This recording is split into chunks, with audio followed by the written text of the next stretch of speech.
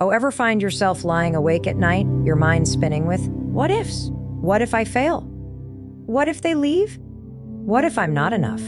It doesn't matter how much you've accomplished, how much you've tried to stay positive. Something inside keeps looping that worry like a broken record. You're exhausted, but you can't shut it off. You try to focus, but the fear pulls you back in. And the worst part, it feels like it's part of who you are now, like you're just a worrier. But what if I told you that's not true? What if the real reason you worry so much isn't because something's wrong with you, but because your brain is running an outdated program that's been on autopilot for years?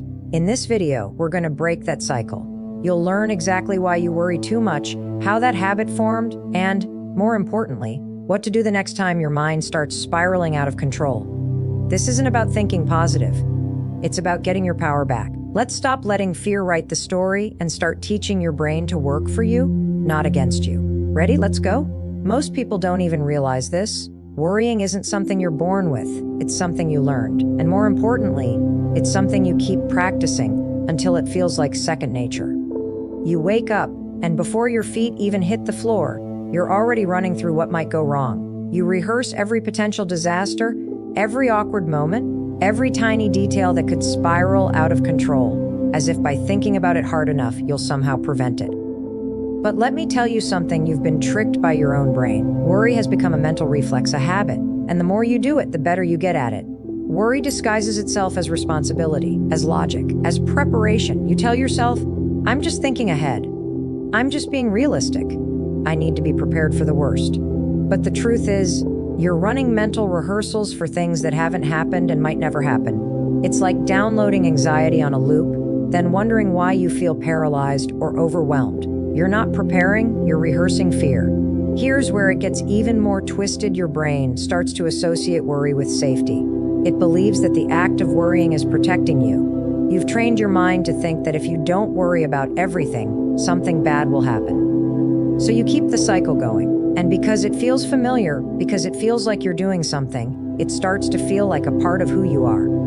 But that's the trap. Worry is not your identity. It's your mental routine. And like any routine, it can be broken. Think about brushing your teeth. You don't have to convince yourself every night to brush your teeth. You just do it. Why? Because it's a habit. You've repeated it so many times it's automatic. Worrying is the same. You've repeated certain thought patterns over and over again. About money, your job, your relationships, your future, so many times that your brain defaults to that mode. You've trained it. Repetition creates familiarity. Familiarity becomes identity. And suddenly, you start telling people, I'm just an anxious person. I've always been a worrier. But you weren't born with that. You became that. You conditioned your mind. The worst part, you don't even realize it's optional. You think this is just how life is. That stress is part of adulthood. That fear is part of being responsible. You've worn worry like a badge of honor. But here's the truth, the more you feed it, the more it owns you. And the longer you live inside of it, the smaller your life becomes. Because when worry runs your mind, it starts to make your decisions. It talks you out of things. It makes you second-guess every instinct.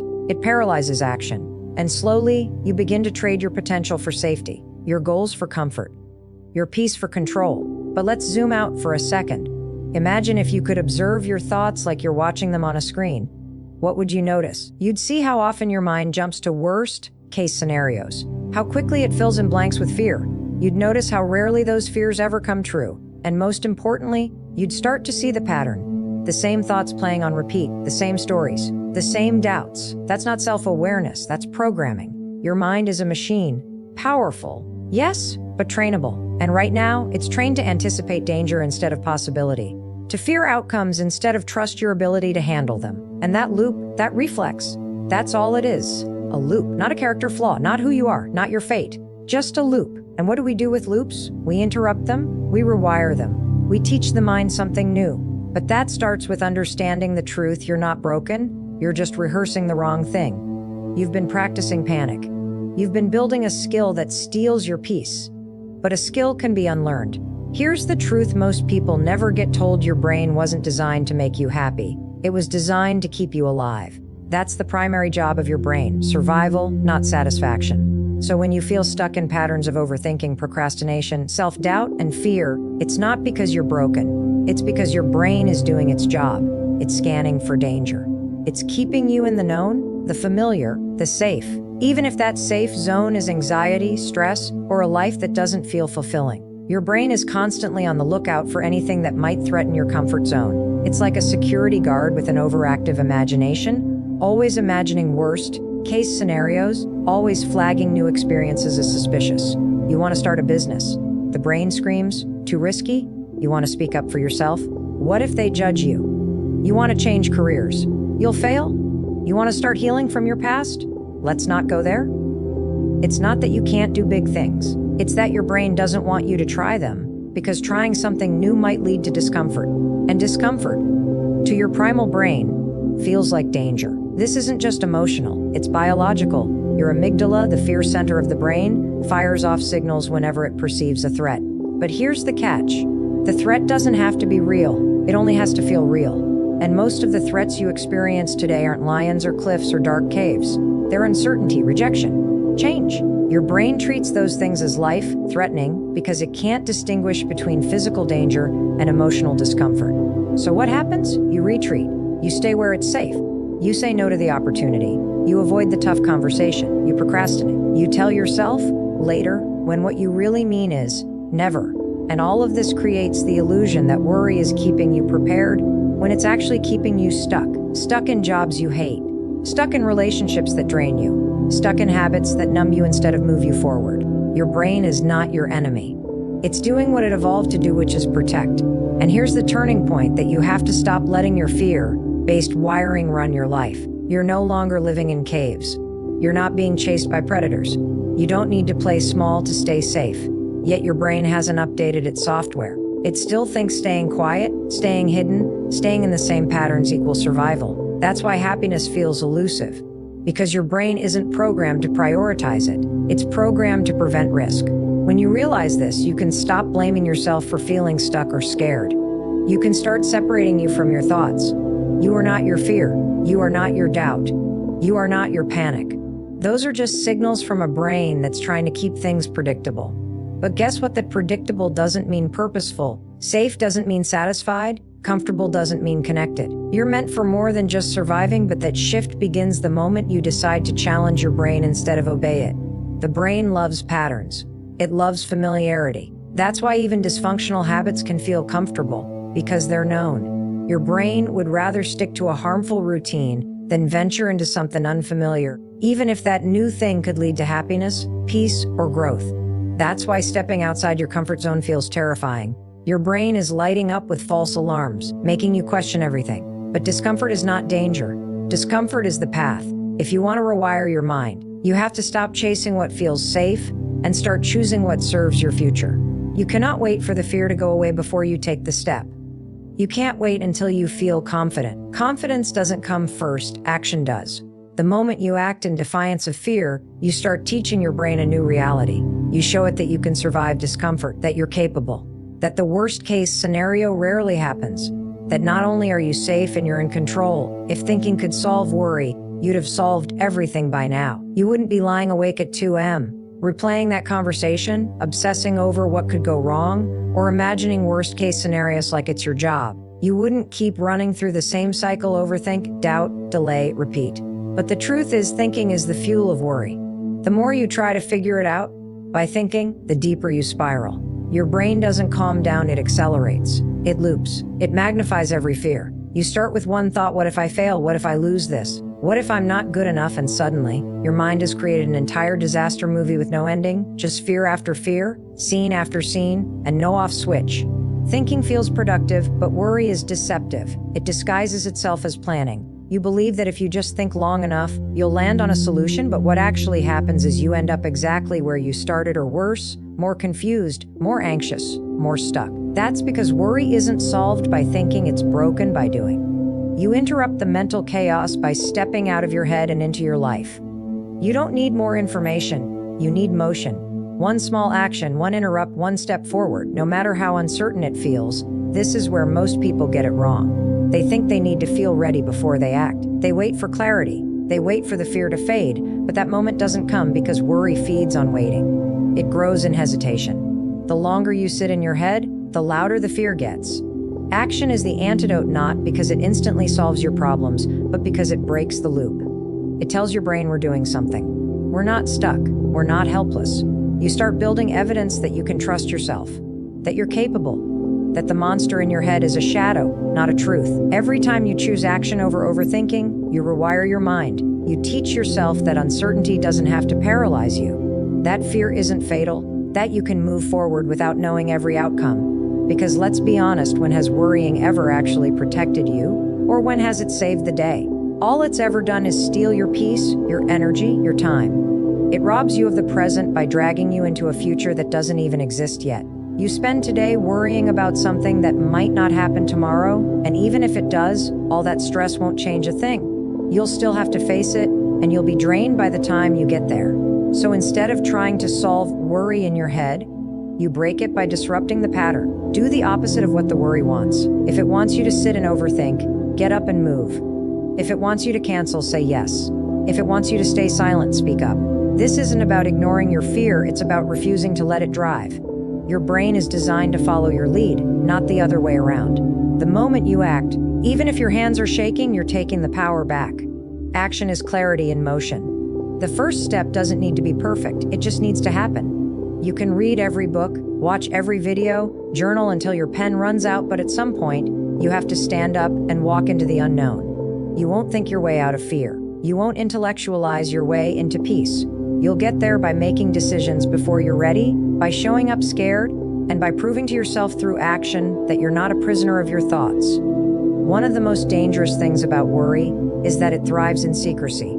It feeds off the silence you keep, the thoughts you bury, and the emotions you swallow because you think they're too irrational, too dramatic, or too heavy for anyone else to hear. So you keep it inside, you let it loop in your mind over and over again, until it builds into something that feels unmanageable. But the moment you say it out loud, the moment you give it a name and put it into words, something shifts. It loses its grip on you. Worry is a shapeshifter in the dark. When it lives inside your head, it has no form. It becomes everything. It touches every part of your life, distorting your decisions, your confidence, your ability to be present. But when you speak it, you shrink it. You turn it from a storm into a sentence, and that sentence is something you can understand, question, and even challenge.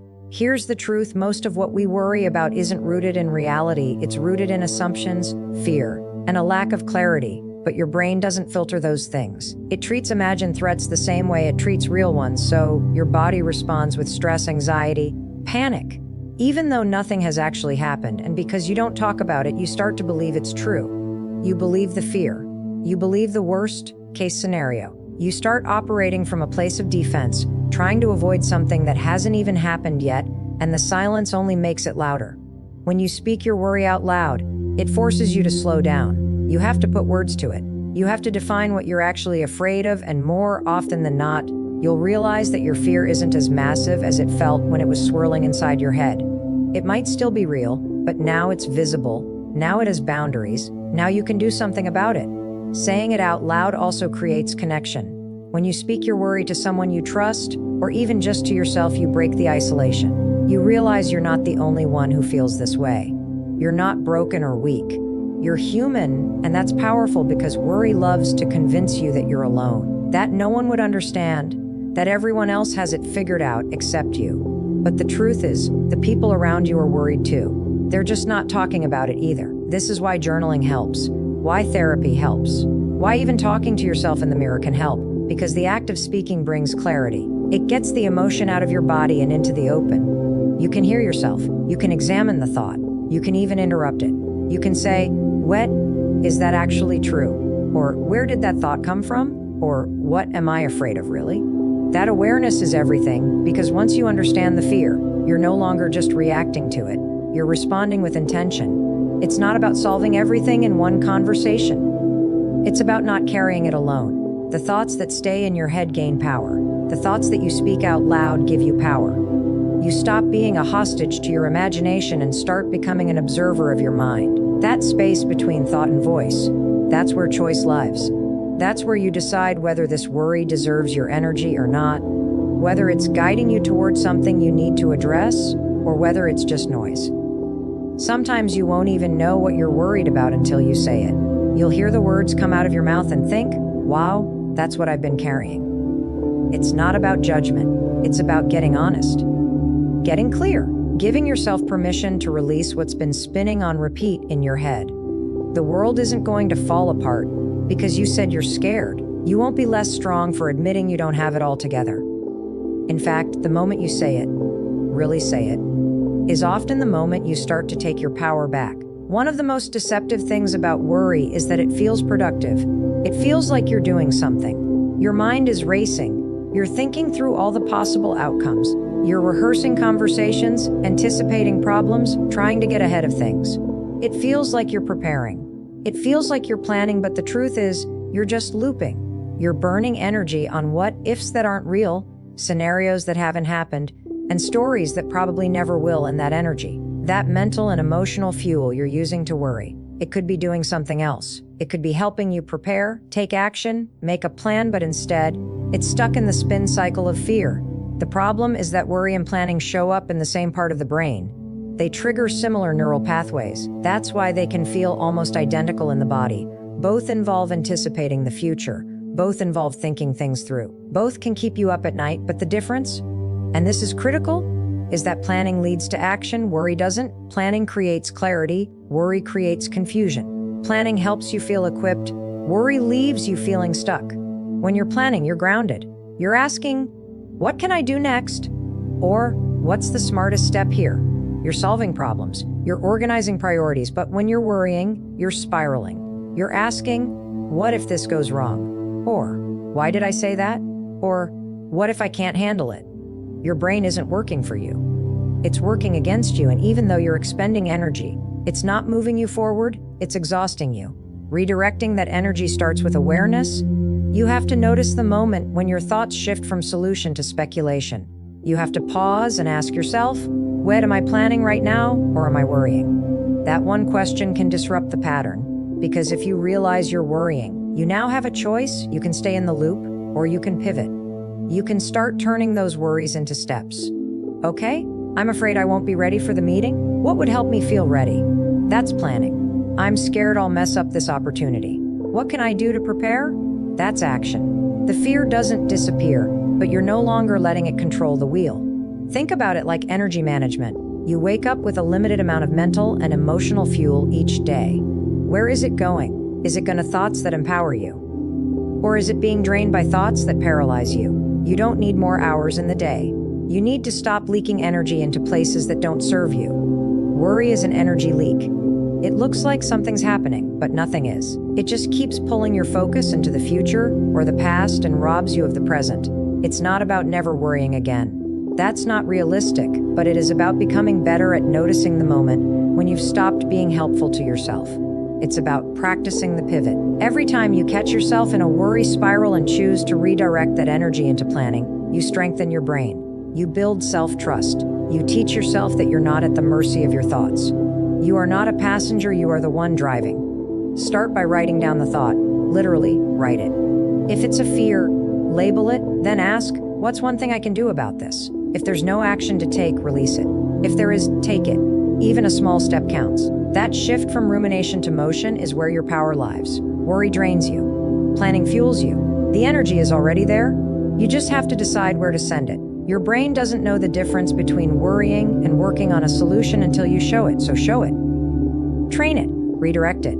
You'll feel the shift the moment you do. Here's the truth. Worry doesn't protect you. It doesn't prepare you. It only drains the energy you need to actually move forward.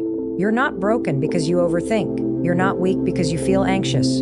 You're just running a mental habit you never consciously chose. But now, you can. You have the power to interrupt the loop, to shift your focus, to take that same energy and channel it into action, into clarity, into courage. You don't need to have it all figured out to stop worrying. You just need to take the first step forward, and then the next. That's how momentum builds. That's how peace begins. Not in perfection, but in progress. So the next time your brain starts spinning, pause, ask yourself, is this worry or is this a plan? Then make a choice, because now you know the difference. And you're no longer a prisoner to your thoughts. You're the one in control.